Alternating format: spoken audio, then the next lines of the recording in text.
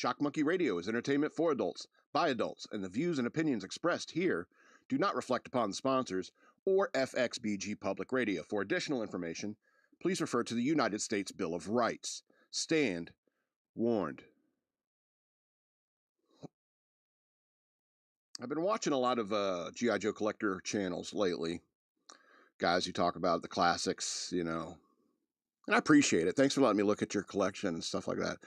But sometimes when you're sitting there going over your collection and you're like, oh, this is 84, this is 85. But my favorite year of G.I. Joe is 1986 right here. And I feel like I could just sit there and go, huh, interesting. And it was 1986. Is that the year your parents divorced? How'd you know that, man? How'd you know that? Call it a hunch. It's the psychology of it in many ways. First of all, you got twice as many of the 86 ones, and it's clear you love it for some reason. It's probably because the moral authority in your home collapsed and everything you believed in kind of changed. And so you ran into the security of the moral authority of the G.I. Joes. How do you know that? It was like, well, the same psychology applies to people in the military. Because it's not like something you really get over. Your parents get divorced and stuff like that. Yeah, you're getting twice as many G.I. Joes at Christmas and birthdays, but you know, the moral authority in your world collapsed. And so a lot of people will run to either G.I. Joes, something like that, or even as they become adults into the military, because there is a steady moral authority that rarely changes in the military. It's weird today from what I understand. But I mean, I'm not trying to make fun of you guys. It's just I didn't have, my parents are still together. I didn't get that many toys. I'm jealous. It's jealousy. That's jealousy. I'm sorry. Welcome to Shock Monkey Radio. I'm your host, the Madman. Sorry, I hope I didn't lose all my G.I. Joe subscribers. Go to Patreon, patreon.com/shockmonkeyradio. Become a patron today. I would appreciate it. I got one more patron pack for the next patron who signs up.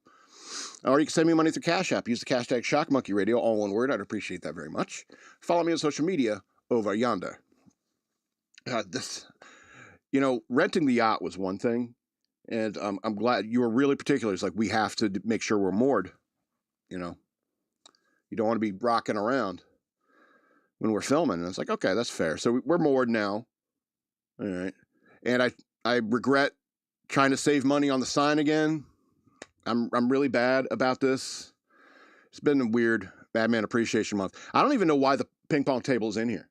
It belongs in there. Anyway. Oh, is that backwards? I pointed the wrong way. Huh. There. I don't know where the ping pong net is. I don't know where the paddles are. And this floor is sad. I think there's some over there. We got some garbage bags in one of those cabinets over there. I saw them earlier. We're gonna have a hell of a time. May not get our deposit back. This has been an expensive Madman Appreciation Month, let me tell you. I'm kidding about all the G.I. Joe stuff. And you can make fun of me. People have made fun of me because I make these G.I. Joe videos. A G.I. Joe video here or there talking about this stuff. And it's I'm trying to like pinpoint, which Joes I actually had, which vehicles I actually had, and when the years I was collecting. Because I'm kind of hazy on the years. And thanks for making all those videos. I appreciate it, watching G.I. Joe. Watching your G.I. Joe videos. I like playing with it when I was a kid. But I pinpointed the fact that it's from 1984 to 1988 was the only time I was getting Joes or was interested in playing with G.I. Joes. And so I was able to pin that down. More importantly, I was able to pin down like my very first G.I. Joe, which was the Deep Six, which is the worst Joe ever made. But he came with the Shark, which is a vehicle. It was my first vehicle, and a Joe was Deep Six and the Shark. The Shark was a cool vehicle, underwater and aerial vehicle. That was my first Joe vehicle. And then I got a Cobra Stinger with the repainted Cobra officer guy in the white, it's like a gray uniform. I thought that was incredibly cool. And I also got the Skyhawk. And I do remember the very first G.I. Joe that was an actual G.I. Joe, not that Deep Six thing where it's just a bubble that goes up and down in water when you have the pump. It was stupid. Anyway, but my first real G.I. Joes were Recondo and Ripcord. And now I was able to figure that out because I don't really remember. I'm getting up there in the years. This was the 80s after all. And I remember when I got out. 1988 is when I got out. I was like, the G.I. Joes that came out in 1988, there were only two of them that I liked, and there's only two of them that I got, and that was Crazy Legs and Hit and Run. So when I think about people making fun of me, it's like, oh, nerds, and you're wasting money on buying these collectibles and stuff like that. First of all, I haven't bought any new G.I. Joes. What am I going to do? Play with them? I've seen the modern ones that have come out now. What am I going to do? Play with them? No. See, the way I play has evolved over the years. For example, if you could pull up that picture for me, the way I play games, play with my action figures has evolved over the years.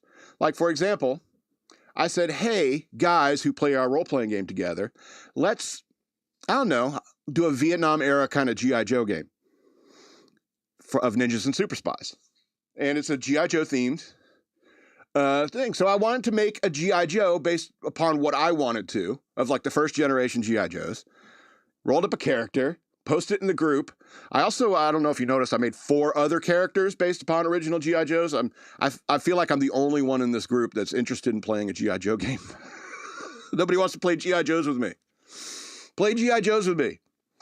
So I created this file. It took the better part of the day to make the character and this file, which is the same type of file card that you'd get on the back of your G.I. Joes. The way I play has evolved. The way so I don't want to go pew, pew, pew and stuff like that. I'd rather roll a die, clack, clack, clack, clack, clack, clack. It's like, okay, what happened? I successfully strike. Pew, pew. I'll probably make the sound still. The way I play has evolved. You see, I'm not a kid anymore. For example, there's this thing I learned about in my 20s. Called it's been a while. Sex. Have you tried that? Oh my goodness, that's a lot of fun. Playing with G.I. Joes is fun, but am I saying it right? Sex? Yes, that's pretty good too. All right. So the way I play has evolved because I'm an adult and I can do math and stuff like that. And the point is that I don't have to worry about any swivel arm battle grip or anything like that. I can fully articulate my Joe in my mind by playing this game. Weird rant. Anyway, let's go on to another subject. You want to see something that scared me this week? I saw this commercial and wrong one. We'll talk about her in a minute. But it terrified me. It's been like, seriously, 4 days ago, 3 of the nights, I had nightmares about this thing.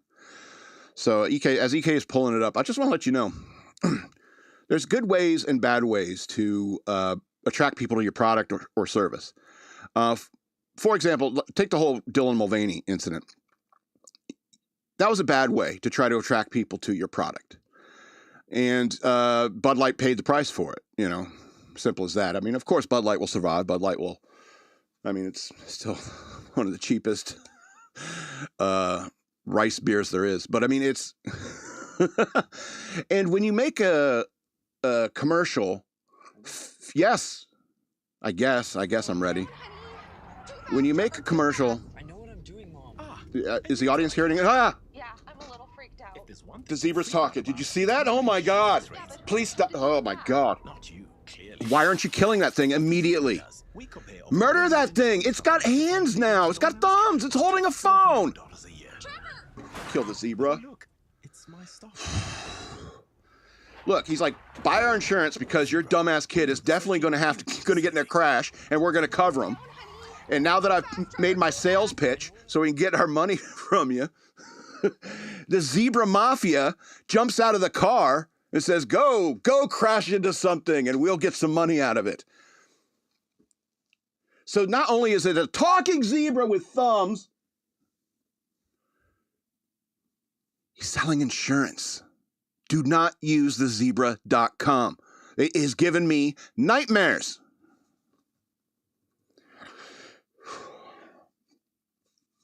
My heart is just, when it just pops around the corner, like over your shoulder, talking. Oh. Yeah, my reflex would be, Stabby stabby. It's a talking zebra. It's like short circuit, you know. As soon as that robot starts saying something like, I think I'm alive, you destroy that thing. Anyway. Pray for me, guys. I'm going to be having nightmares for a while, I think. Let's talk about praying for Sydney Watson. Let's talk about Sydney Watson for a little bit. Do you know who she is? You don't know that person? Okay. It's all right. And I know it's hard to keep up with all my YouTube crushes. So, and she's kind of one of my YouTube crushes. Like Lily Gaddis and Melanie Mack. But Melanie Mack has too many tattoos. Lily Gaddis is too obsessed with being Aryan. And I don't agree with all of them at all times or anything. You're cute. I like watching you. I like hearing what you have to say.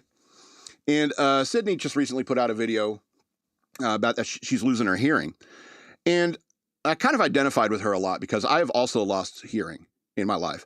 It's not, my hearing loss is not degenerative like hers will be. And I feel a little sympathy, I suppose. Is it empathy or sympathy in this regard? Anyway, it doesn't matter. I feel bad because I can identify with what she's going through. And so here's my what I recommend when it comes to hearing loss. I was sick as a kid. I had a lot of ear infections, and so I had to have 2 surgeries on my ears to put tubes in, and I ended up with 60% hearing loss in this ear and 40% hearing loss in this ear. So basically, I'm down one ear, but it's spread out. You know what I'm saying? So if you're talking to me and I turn this way to you, that's my good ear. Just so you know. And so when you start losing your hearing, you say "huh" a lot. You do that. People will frequently come into your room with you and say, hey, can you turn that down? And I'm getting to the point where I want to start a campaign where we got to fix closed captioning. Because if you're deaf like me and you watch closed captioning and you're tired of people coming down, hey, turn that down. You watch your closed captions. And I'm furious because I still hear well enough to know what's going on in the movie to some degree. But the closed captioning is off in terms of timing. You know, this all happened 5 seconds ago, this conversation. And now there's a fight going on. And I'm trying to pay attention to what set off the fight in the it's something I really want to get into because it's getting closed captioning is becoming more and more important to me. So, but the good news is that that my problem isn't degenerative. I'm not going to lose my hearing any faster than normal at this point, but Sydney's is going to get worse over time. And that's sad. I feel bad for her. So I recommend, learning subtitles. I'll hook up with you. I'll learn American Sign Language. But that's the point. You won't need American Sign Language because you've been talking up into adulthood. So you're still going to be able to speak. You won't be able to hear people. And in many ways, you can have like a hearing aid for a long time. And you can hide it with all your hair, your cute ass brunette ass. She's got that stretched out svelte look that I love that just drives me nuts. And plus, like, I was watching one video and she flashed a picture of her in a goth phase. And I was like, how are you not dressing like that every day now? That is the hottest you've ever looked.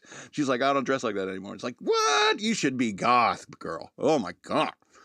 And so I feel bad for her, obviously. And her problem is degenerative because it's neurological. But I also had neurological issues. Nothing like what she has. But when I was a kid, before puberty, I would have migraines, and she also had migraines, and the migraines were rough and so forth. But after like puberty, it kind of changed. And by the time I was 22, I had these little nodules all over my body, particularly, got to be making out with a girl, and she's running her hands over my chest, and it's like, oh, you're all lumpy. And like, I am. It's called an NF type 2 or neurofibromatosis type 2. And when it comes to neurological disorders, it's like, I got a really minor one. It's probably not going to affect my hearing. It possibly could affect my senses later in life, but generally it's a non-issue. I've been getting away with, I'm very blessed in that regard. I'm getting away with just this light neurological problem and hearing loss that I sustained by being sick as a kid. So prayers for Sydney Watson. I really like her. And I don't know. Sometimes I think that, like, if I do a segment like this or I talk about a hot tub with Lily, and they're all going to be in my comments being like, ooh, me first. A guy can dream, can he? And here's the thing, you're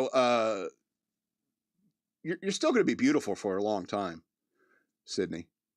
And so keep your chin up, All right, let's go on to the next topic. It's bumming me out. Like I was ever going to hook up with her. My hubris knows no bounds. All right, let's talk about how to man up. Because I did one of those Madman Watches body cam videos, and it was called Nice Ringtone Bro is the one that, go watch it later. We're live right now. Don't watch it now. Don't click away. How do we get them back? Can I go live in that video while they're watching that and tell them to come back to the live video? This is complicated. I guess we lost them. All right, how to man up. I watched that. I made that video about how to, Madman Watches body cams.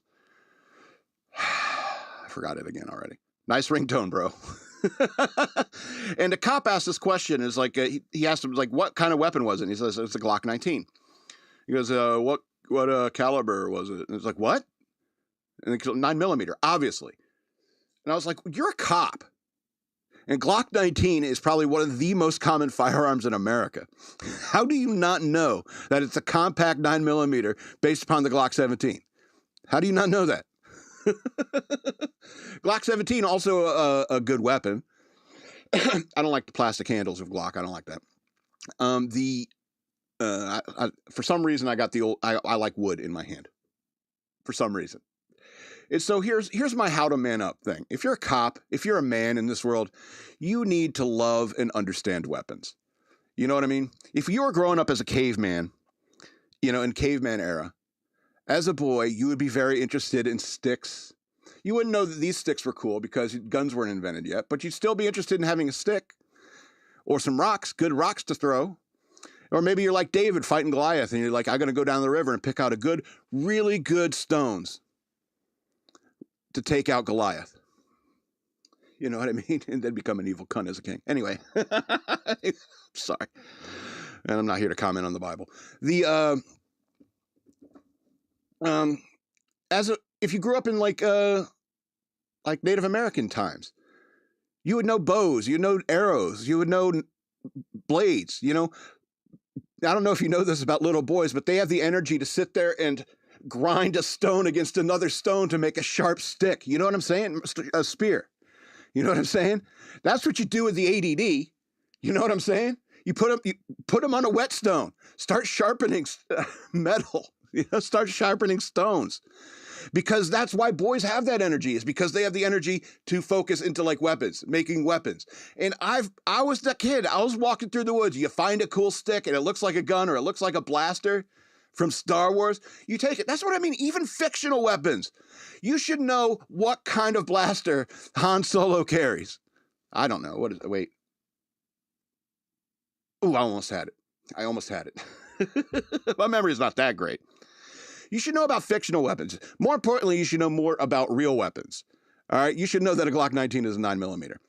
I haven't had a whole lot of disposable income lately, but frequently I would go down to the gun range and fire a bunch of pistols. Maybe even some, sometimes you rent like a submachine gun, like a H&K MP5. You know what that is, right? An H&K MP5. I'm sure you've seen one. An H&K is Heckler and Koch, See, that's what I mean. You should know and understand weapons as a man in this world. All right, if you were growing up in night days, you'd want to know about armor. You'd want to know about swords. Like, how do I make my sword sharper? This armor's pinching under my arm. How can I get some sort of thing? You know what I mean? You would be interested in that stuff. And men should be interested in these things. And so if you're a cop and you say something stupid like Glock 19, what caliber is that? I feel like you need to find a different career, sir. Because real men, love and understand weapons. And here's the thing. If you're a guy and I say something like this to you, lightsaber. You know what I mean. It's a completely fictional weapon, but you all want one, don't you? EK, you want a lightsaber? Absolutely.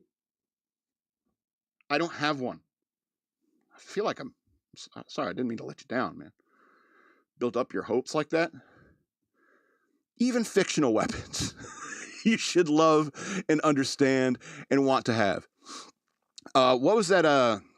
Like mass drivers, you know what I mean? Tachyon cannons. The Lassiter, yeah, from Firefly. The original laser pistol. You know, famous weapons. The Death Star. That's a weapon. Nuclear missiles. You should understand a little bit about them. What's the half-life on cobalt again? You know what I mean? You should know weapons. Missiles, jets. For example, you see a jet flying through, that's an F-22 Raptor. You know? It's just like growing up playing with G.I. Joe. When I saw, as a little boy, as I saw the Sky Striker, an amazing toy. I never had it, but an amazing toy. I knew, even as a kid, that was an F-14 Tomcat. Used exclusively by the Navy on aircraft carriers. There was even a movie they made about it called Top Gun. I don't know if you've heard of that movie. And so when I get to G.I. Joes, I'd ask my dad, like, what kind of gun is this, Dad? He's like, oh, that's an M16 with a bayonet attachment. Oh. And this one? That's a 45. My dad's looking at my plastic guns and telling me what they are. And I'm like, how do you know this? And it's like, I was a corpsman in the Navy, attached to the Marines during the Vietnam era. I was like, oh, saw a lot of guns. Anyway, man up, learn guns. All right, let's do a movie review before the news. Those are good sticks. I saw Rings, 2017 movie. You may have already guessed that I have a special fondness for the Ring movies in my heart because of all the dead horse imagery. Review it in your head. Review the Ring movies you've seen in your head. A lot of dead horses in there for a movie, you know. And so it kind of holds a special place in my heart. And so when I'm disappointed with a Ring film, which happens a lot, it kind of hurts a little bit because, I mean, if you're gonna do a movie about somebody that can, or a creature, ghost that can kill horses, I'd do it a little differently. Anyway, it's kind of an interesting take on the Ring, where Johnny Galecki, what's his name? Galecki? He's in this. Jesus, he looks the same. He looks like he did in like 1988. He's 2 years older than me. He looks younger than me still. Anyway. Yeah, so it's an interesting take. He's kind of like a scientist, and he sees the tape of the Ring, and I probably accidentally, inadvertently figured out a way to beat the tape, but creates a scientific process about how, you make a copy, and then you show it to somebody else, and they become your tail, and you got it and you guys watch each other. You deal with this terrifying ghost that's going to kill you in 7 days. All right. And unfortunately, for all the science that this guy goes through, and all the science that they're talking in the first two acts about how they're going to beat Samara with this thing, it's like, you are a college professor, sir, Mr. Galecki. You are a college professor, and you have not done the math of this. You got to make a copy, you got to show it to somebody else, and then they got to make a copy and show it to somebody else. Have you not done the math on that? You can't do it that way. And so, look, here's how you beat Samara. If you're unfortunate enough to have watched the video, all right, what you do is you destroy that copy of the video. You go and spend 7 days destroying every copy of that video you can find. All right, and, intersperse it out with a bunch of, getting drunk, getting laid, and stuff like that, obviously, because you're done in 7 days. You got to just take the L. You know what I'm saying? For humankind, or else some jackass scientist is going to screw this up and never do the math and realize, oh, this is how you wipe out all humanity. Idiot. It's called using logic. Anyway, so for 2 acts, I was like, okay. And then they had this one scene of like the television fell over and Samara starts crawling out of the television. It was like, they presented it in some new and interesting ways, where she's crawling out of the television with the television lifted up off her back. It was pretty good. But then Vincent D'Onofrio shows up, and he proceeds to chew every single thing on the set. The scenery, the microphones, the guy with the clackboard. other actors. He chewed all of the scenery. And I don't know if Vincent D'Onofrio's just, that's what he's doing now. But I was incredibly disappointed with his performance. I mean, usually I like him in that kind of role, but I mean, it was just too over the top. You know, why can't get a guy like Brian Cox again? He was really good. And so, yeah. So the third act, and then in the third act, it just kind of reverted back to a Ring movie, a regular Ring movie, and I was just like, you know, it's kind of a shame, you know. But I mean, when it comes to sequels, you can kind of expect that in some ways. So, Rings 2017 movie, 8 of 13 stars. You never did the math, Johnny Galecki. You never did the math. At that rate, you're going to wipe out all humanity, and all that's going to be left is a bunch of thumb drives filled with video files of that same video over and over again. Do the math. Anyway, let's get into the news worth knowing. I said 8 of 13. 8 of 13 stars.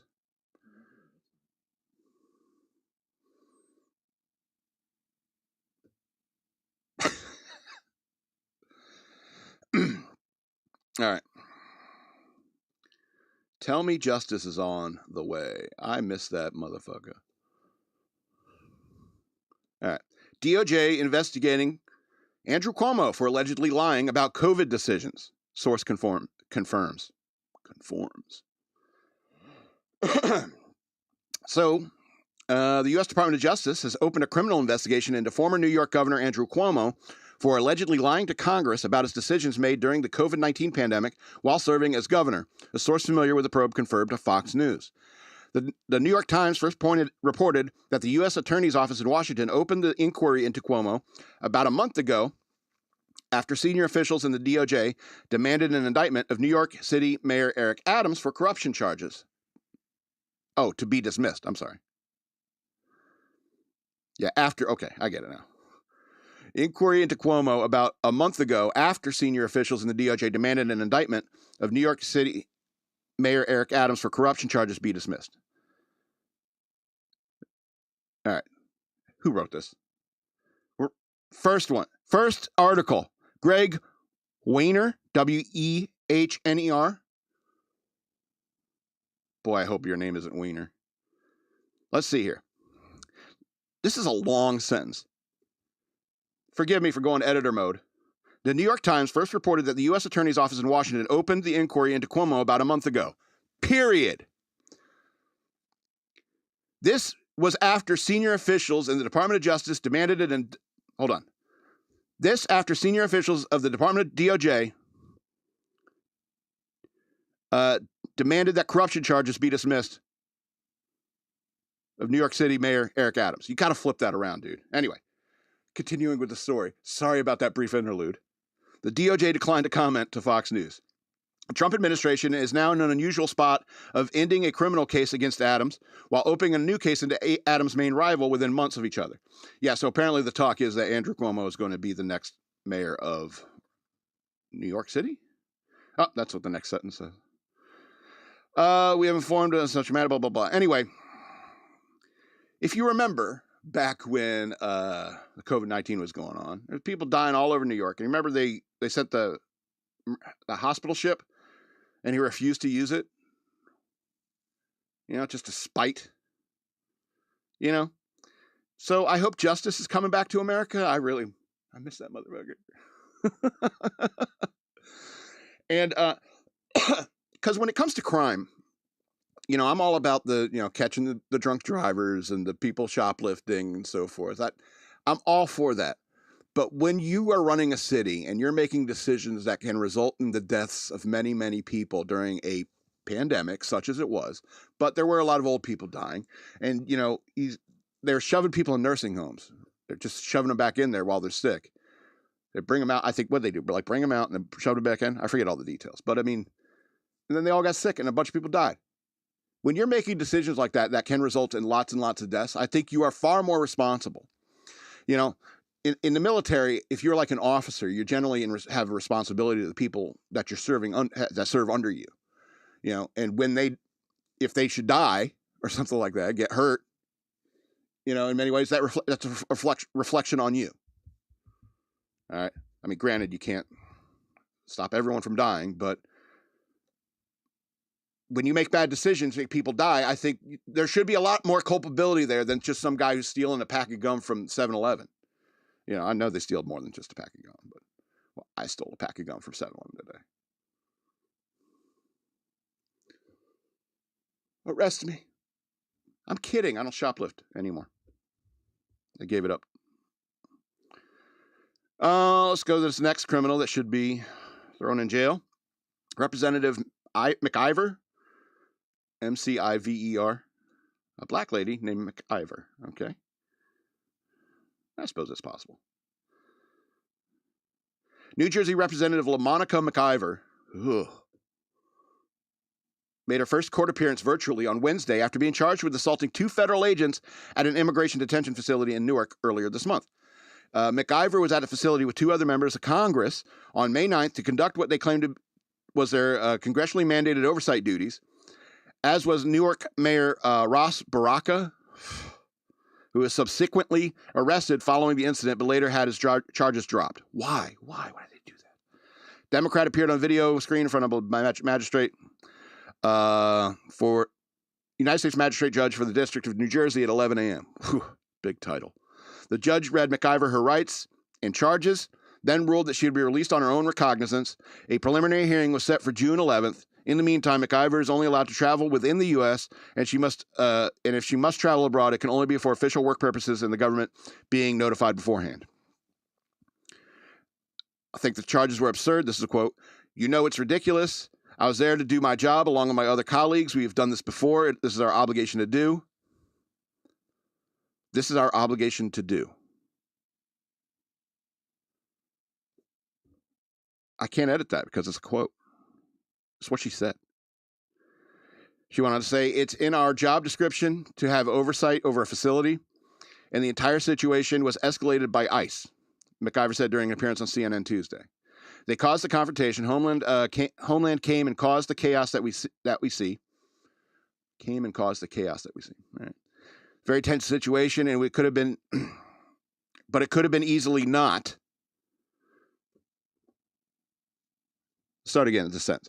"It was a very tense situation, comma, but it could have been easily not, comma. It could have easily not happened." This is how she talks. You know, if you see the video, she clearly strikes these federal officers. And she's a representative. You know, they need to be arrested for assaulting a federal officer. If I punched a cop, if I went to like punched a Capitol Police officer, what would happen to me, do you think? You think I'd be released on my own recognizance? This is what I mean. Just because you're in a position of power and stuff like that doesn't give you a right to like skirt the law. And this is like one of the biggest things that pisses me off. And I know a lot of people will be like, "Wow, Trump's a felon, 32." Look, everyone knows that was bullshit. That's a bunch of bullshit you pulled out of your ass and got some Democrat buddy to go stamp. Yes. Everyone knows that. But when it comes to true justice, the people who need justice in their lives, chirp, chirp, chirp, chirp, cricket sounds. No, I'm a representative. I get special treatment. I can go around punching cops whenever I want with impunity. Because I'm a Democrat. You know what I mean? That's the standard we're living in. And it's absurd. Anyway, let's talk about gay rappers. There's lots of them, you know. You ever hear of that guy Tupac? Lots and lots. Anyway, so Sean Diddy Combs, his trial's been going on this week. Clinical psychologist, so we're going to hit some bullet points because Fox, that my source, is tracking all the main talking points. Clinical psychologist takes a stand in the sex trafficking trial of Sean Diddy Combs. Anyways, the trial testimony began on Monday, May 12th in New York. Diddy's indictment was unsealed in September 2024 and charged the rapper with multiple counts of racketeering, conspiracy, sex trafficking by force, fraud or coercion, and transporting for prostitution. Oh my God. U.S. Attorney's Office called Cassie Ventura's mother, Regina Ventura, and Diddy's former personal assistant to testify. Sean Diddy Combs' ex-girlfriend, Cassie Ventura, finished testifying on Friday after 4 days on the stand. Whew. 2 male escorts, Daniel Phillip and the Punisher, Sharae Hayes, have also been called to testify in Diddy's trial. Combs' lawyers are Mark Agnifilo, and Tenny Garagos, both partners at the Agnifilo Interator. Okay. I'll have to look up that word later. So, celebrity lawyer Mark Gargaros is advertising. Who cares? No cameras are allowed in the courtroom, blah, blah, blah, which I think should be the case. Plus, I mean, I don't know, a way for artists to make money. Courtroom sketches. And the reason why I think they do that is because they feel bad for artists. It's like, we know it's hard to make money as an artist, so no cameras allowed in the courtroom. Anyway, so this doesn't look good for Sean P. Diddy Combs. What's his name? What does he go by? Just Diddy these days? I mean, I guess it could be worse. I don't know. Who would you rather be right now? Ye or Sean Combs? The one not in jail. The one not in jail? Whew. It's a tough call. It's a tough call being white and everything.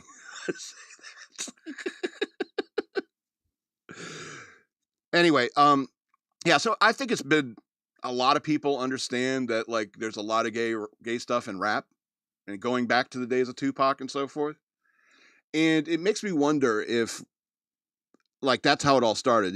Because I don't know if you know have any black friends or anything. I have some. And many of them consider themselves rappers, you know. And I don't know if you know this, but there's a lot of black guys who want to be rappers. And so if it gets to the point, it's like, you want to be a rapper on my label? You gotta zip. You know what I'm saying? And that just, like, leads to more and more of that kind of thing going on, especially if it's unchecked by a bunch of people pretending to be hard-ass gangsters all the time. You know what I mean?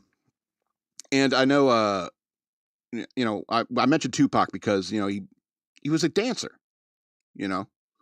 He was the kind of guy who went to dance classes and so forth. And he's rolling down the street in a video in a car and looking tough and stuff like that. And there's a lot of that going on in that culture, and I find it strange because it seems to have gotten to the point where it's almost like Epstein Island level stuff.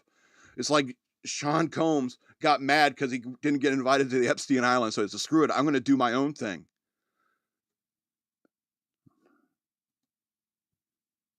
Some people, you know, I don't know. Maybe it's just because you become rich and famous, you become depraved. I don't know what it is. Thank you, Lord, for only 215 subscribers. All right, let's talk about these guys who escaped from prison. Thank you for keeping me humble, Lord. Fifth escaped inmate from New Orleans jail recaptured after days on the run. I don't know if you heard about this jailbreak, such as it was. The fifth of 10 inmate escapees who fled a New Orleans jail has been recaptured, authorities said on Tuesday. Corey Boyd, who was briefly spotted last Friday, hours after the jailbreak, was taken into custody by Louisiana State Police. Boyd, who is 19, was captured in New Orleans. He was accused of killing Brandon Fees during a car burglary in 2024. Boyd will ultimately, this is a quote, Boyd will ultimately be transported to a secure state facility outside the area and be booked for simple escape. Simple escape. Is that the charge? Is there a complicated escape? May have to look that up too. Simple escape. That's funny because it kind of was. If you look at, like, how they escaped, it's like it was way too easy for them to do that. You're at jail, you know. Boyd was originally jailed for second-degree murder, attempted second-degree murder, and aggravated battery, and threatening a public official. I get a picture of all 10 of these guys. Not a very diverse group. The inmates escaped the Orleans Parish Correctional Facility on Friday night, which has recorded the jail surveillance footage. Authorities said they crawled through a hole hidden behind a toilet scaled, and then hopped the jail's barbed wire fence, and then ran across the highway into a neighborhood before changing clothes. And then you went down, like, downtown New Orleans? Does that seem very bright to you? I would try to get out of town, like away from a city, where there's a bunch of cameras. I don't know if you've been to a city, but there's cameras and people walking around everywhere. They might, hey, aren't you supposed to be in jail? No, somebody else. Why are you wearing that striped suit, that orange jumpsuit? I don't know. Why would you do that? Anyway, so if you care, there's a big list of these horrible guys and the stuff they did and who are still at large. So like I said, as a man should know and love weapons. All right, let's go on to the next story. Oh, hey, we may end there a little early today. We're going to do a couple lighter stories. Cheer me up. I want to get cheered up. Do you want to get cheered up, EK? Yeah. This is how you get a first-class flight experience without booking first class. I like the lighting. What's wrong with the lighting? Can't see my eyes? He said, I like the lighting. Oh.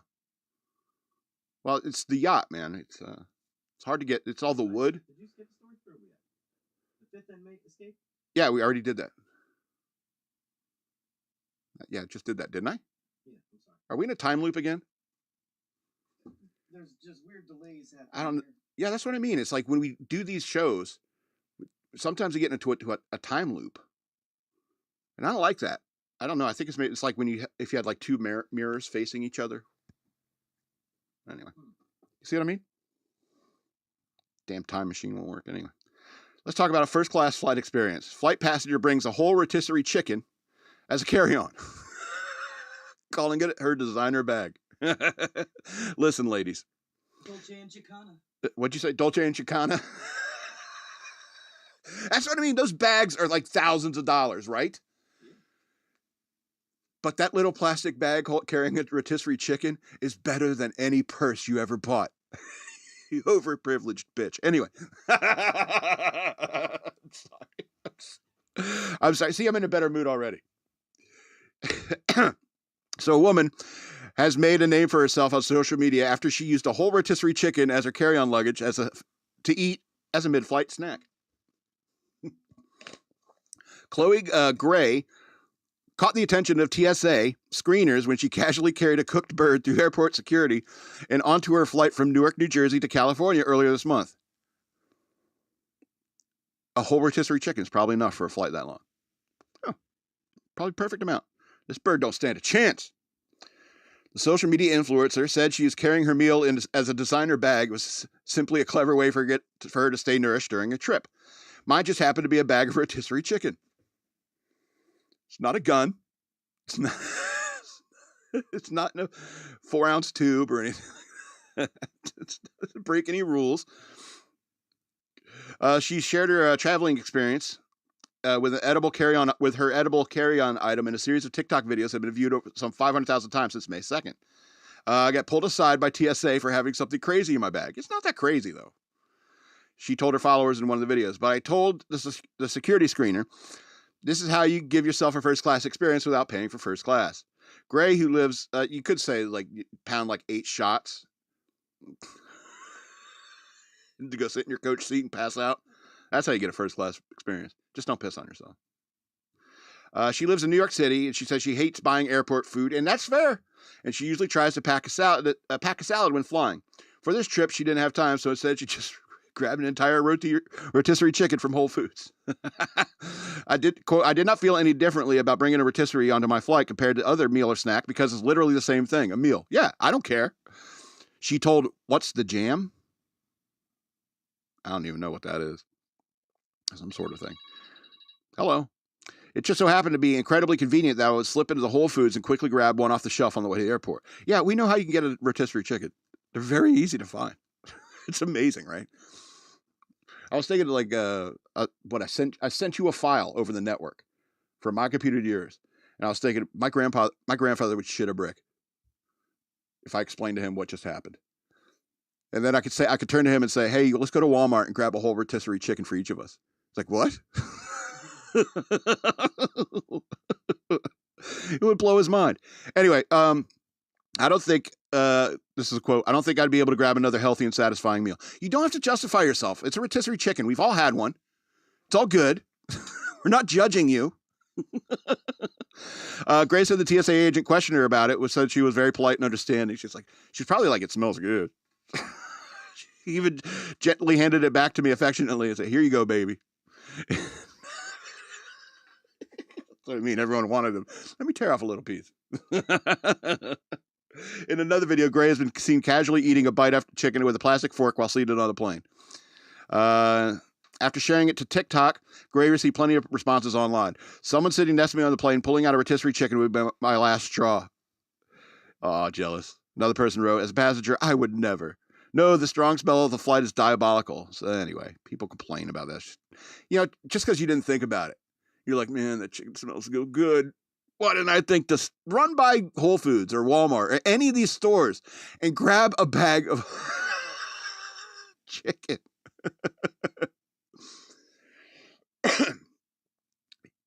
And you know why it'd blow my grandfather's mind that we do that? It's because he's like, if he wanted chicken, this is the way he lived his life. If he wanted chicken, he'd go out back and he'd grab a chicken, wring its neck, and start plucking it. You know what I'm saying? That's what he'd do. Anyway, one more happier story. And then we're out of here. You got to save me, brother. So, spider monkey, California meth bust leads to rescue of a young spider monkey. Gotta save my brothers, man. Monkey named Violetta is being cared for at the Oakland Zoo.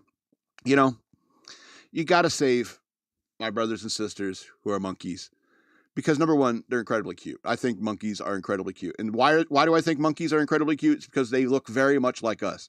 And I'm not saying that I like monkeys the same way I like, say, women, like human women.